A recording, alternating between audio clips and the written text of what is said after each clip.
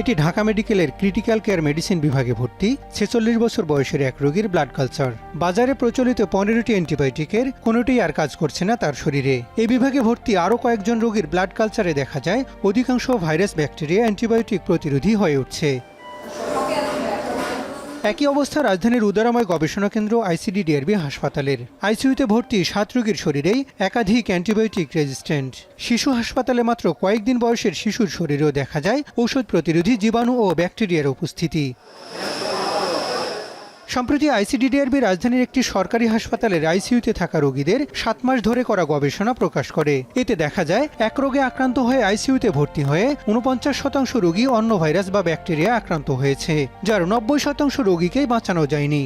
প্রথমে কিন্তু তাদের মধ্যে তাদের শরীরে জীবাণুটা ছিল না, পরবর্তীতে তাদের এই অ্যান্টিবায়োটিক প্রতিরোধী জীবাণুটা তাদের মধ্যে নতুন করে শরীরে এসেছে। প্রথম এবং সেকেন্ড লাইনের যেসব অ্যান্টিবায়োটিক আছে, অর্থাৎ আমরা বলি যে বিটা ল্যাকটাম এবং ফ্লুরোকুইনোলোন গ্রুপের যত ড্রাগ আছে, সমস্ত ড্রাগের বিরুদ্ধেই এই জীবাণুগুলো হচ্ছে রেজিস্ট্যান্ট ছিল আর কি।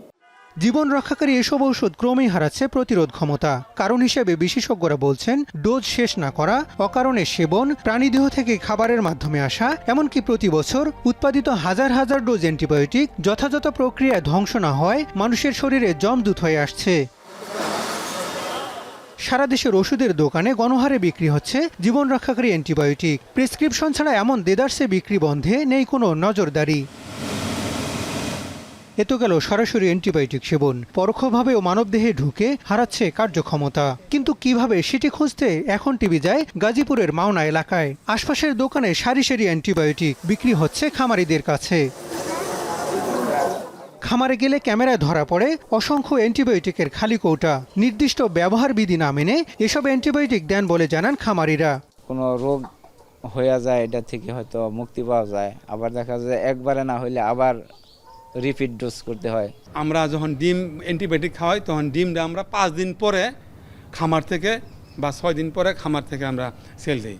৭২ ঘন্টা ময়েশ্চার লক সমৃদ্ধ লিলি হুইপড শিয়া মিস্টিক গ্লোয়িং বডি ওয়াশ। শিয়া বাটারের গুডনেস স্কিন রিপেয়ার করে রাখে সফট ও গ্লোয়িং, ছড়িয়ে দেয় লং লাস্টিং ফ্রেগন্যান্স।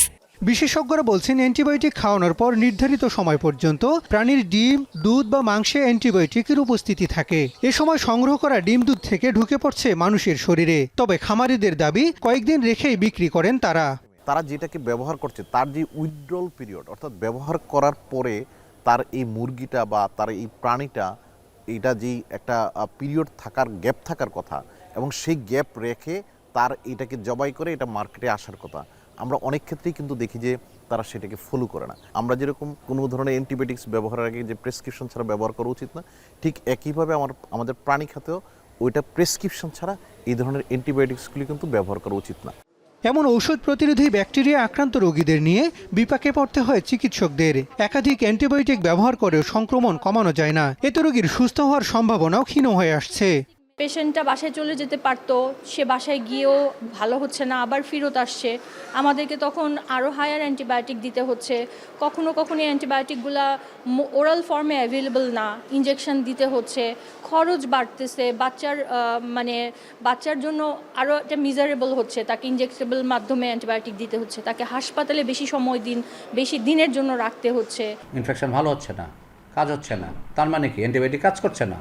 অনেক বাচ্চা পাই কিন্তু আমরা, একটু বড় বাচ্চা যাদের টাইফয়েড হলো বা ইউরিন ইনফেকশন হলো, তাদের দেখা গেল যে জ্বর যাচ্ছে না, অ্যান্টিবায়োটিক দিচ্ছি আমরা, কাজ করছে না, মাল্টিপল অ্যান্টিবায়োটিক দিচ্ছি, কাজ করছে না, ইনফেকশনটা জটিল আকার ধারণ করলো এবং আলটিমেটলি দেখা গেল সেপটিক শক হয়ে রোগীটা মারাও যাচ্ছে। কিন্তু বিশেষজ্ঞরা বলছেন প্রেসক্রিপশন ছাড়া অ্যান্টিবায়োটিক বিক্রয় নিষিদ্ধ।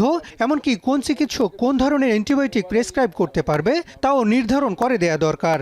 রিজার্ভ অ্যান্টিবায়োটিক যেটা বলা হয় শুধু আইসিইউ রোগীদের জন্য, শুধু ক্রিটিক্যাল পেশেন্টের জন্য, সেগুলো এখন দোকানে মার্কেটে অ্যাভেলেবেল। একজন দেখা যায় গ্রাম্য চিকিৎসকও এমবিবিএস ডাক্তার এগুলো ইউজ করে ফেলতেছে, যেগুলো আইসিইউতে এক্সপার্ট ইউজ করার কথা, কিন্তু দোকানে আনঅ্যাভেলেবেল করে ফেলতে হবে। সব দোকানে সব অ্যান্টিবায়োটিক রাখতেই পারবে না। গাইলেই যেন আমি 50 টাকা দিয়ে 2টা অ্যান্টিবায়োটিক কিনতে না পারি। অ্যান্টিবায়োটিকের ব্যবহারে কার্যকর পদক্ষেপ নিতে না পারলে অচিরেই সাধারণ জ্বর সর্দির মতো সংক্রমণও মহামারী আকারে দেখা দিতে পারে বলে সতর্ক করছেন বিশেষজ্ঞরা। হাসান আল মাহমুদ, এখন, ঢাকা।